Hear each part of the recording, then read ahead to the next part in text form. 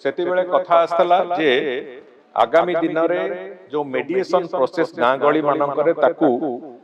महिला माने केमती लीड करिवे से कथा को नै कि गोटे योजना प्रस्तुत हो तार आउ गोटे दिग थिला एक कथा जे गाँ गहली रे केमती अदालत प्रस्तुत हो जोथरे कि महिला माने तार अध्यक्षता करिवे एवं महिला मानक द्वारा सेतरे समस्त केस रो समाधान हो एवं मु आशा करी निश्चित भाव में आगामी दिन में राज्य सारा एक कथा को आमे तार प्रणयन करवा आरंभ करवा एवं जहा फल ओडिशा रे अंतत लीगल सिस्टम दृष्टि एवं मेडिएशन दृष्टि ओडिशा रे एक सुवर्ण युग आरंभ हबो ए विश्वास मोर अछि ताकू भी आमे आगु को नै कि चालीबा को चाहूछु जहा फल रे कि नारी अदालत गुडी को आहुरी क्षमता संपन्न होई कि तांको काम को सफलतार सहित सुचारू रूपे करि परिबे से व्यवस्था को मु भाबुची आमे बहुत शीघ्र ताकू भी दुईटी जाक विभाग आलोचना करके ताकू भी करबा को जिबा देखंतु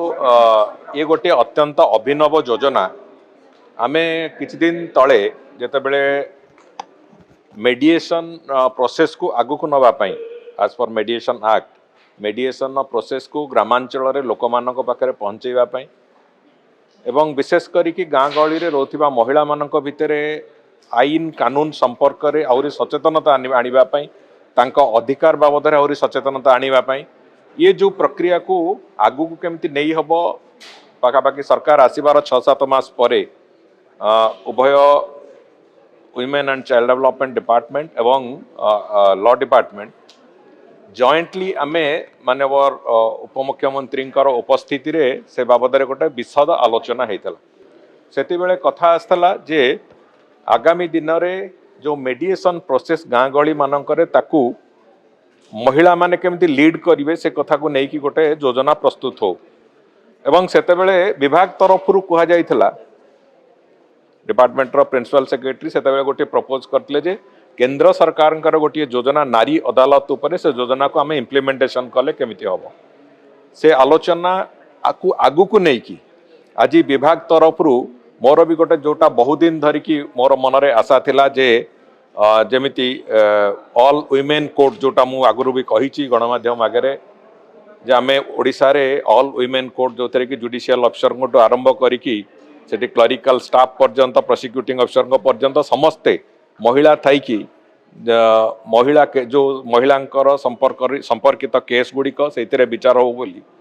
तार आउ गोटे दिग थिला एक कथा जे गाँ गहली रे केमिति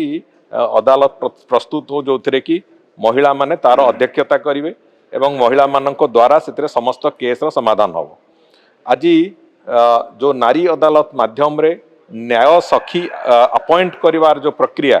आज ताकू वास्तव रूपायन आज डब्ल्यूसीडी डिपार्टमेंट देइछि एवं सेतिरे जो गाँ गहली रे छोटो मोटो जो सिविल डिस्प्यूट्स अच्छी जेमिति डोमेस्टिक वायलेंस हो पारे डाउरी रिलेटेड इश्यूज हो पारे एक्स्ट्रा मैरिटल अफेयर्स हो पारे गाँ गहली रे साधारण भाव में परिवार भितरे गाँ भितरे जो समस्या गुड़िक गोटे दैनंदिन आसे एवं जो घटना भिड़ी टाणी होगी थाना को भी जाए कोर्ट को जाए ये सब कथा जाए से थाना आउ कोर्ट को भाराक्रांत न करिकी जदि नारी अदालत से गुड़िकर समाधान करई दे पारिबो से दृष्टिकोण को आखि आगे रखिकी एक कथा को आज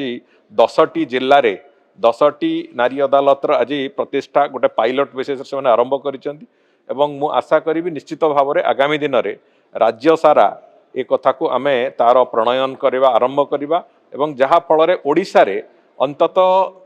लीगल सिस्टम दृष्टि एवं मेडिएशन दृष्टि ओडिशा रे एक सुवर्ण युग आरंभ हबो ए विश्वास मोर अछि एवं मो भी आज विभाग आम विभाग भी प्रिंसिपल सेक्रेटरी अच्छा लॉ डिपार्टमेंट मु भी तांकु से कथा मोर आग्रह प्रकाश करुली आगे जे आमे जो आमर लीगल सर्विस अथॉरिटी अच्छी लीगल सर्विस अथॉरिटी रो प्रति तालुका रे आमर लीगल सर्विस अथॉरिटी अच्छी जो थे कि से अंचल जी जुडिशियल ऑफिसर थिबे से ताकू चेयरमैन तार होचंती सी तार अध्यक्षता सी करती एवं से जो नारी अदालत को आहुरी अधिक क्षमता संपन्न करेबा एवं ताकू लीगल एंटिटी दबा पाई ताकू लीगल सर्विस अथॉरिटी संगे जोड़ीबार जो प्रक्रिया ताकू भी आमे आगु को नहीं चलवा चाहूँ जहाँ फल कि नारी अदालत गुड़िक आहुरी क्षमता संपन्न होगी तांको काम को सफलतार सहित सुचारू रूपे करें से व्यवस्था को मु भावुची आम बहुत शीघ्र ताकू भी दुईटी जाक विभाग आलोचना करी ताकू भी करने को जीवा तेणुक आज ये जो अभिनव उद्यम पाई निश्चित भाव में WCD डिपार्टमेंट